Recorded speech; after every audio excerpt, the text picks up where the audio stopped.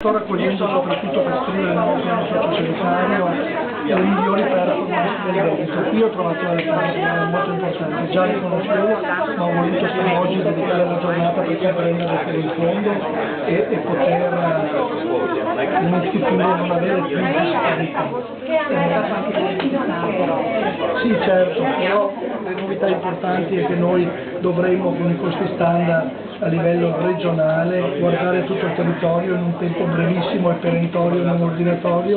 Tutti si devono adeguare alle migliori performance sul territorio e devono avere tutti capacità di governance per dare alti servizi con un costo che sia per tutta la regione Veneto uguale. Qui c'è un modello che forse potremo calare a livello regionale. Soprattutto per quanto riguarda il sociale.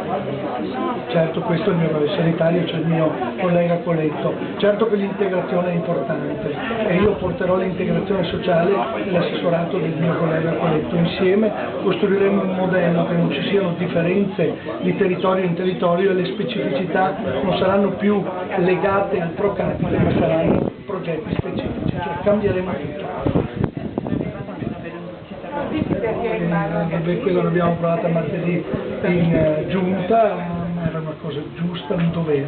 L'hospice è un altro dei temi che vorrei, oggi è in collaborazione tra me e Coletto. Io credo che sia molto sociale e poco sanitario, le cure palliative nell'accompagnamento delle persone che stanno finendo il loro percorso terrestre sia molto importante. È una buona cosa per il coneglianese, il vittoriese, ma noi soprattutto dobbiamo questo modello, credo, farlo calare a livello regionale.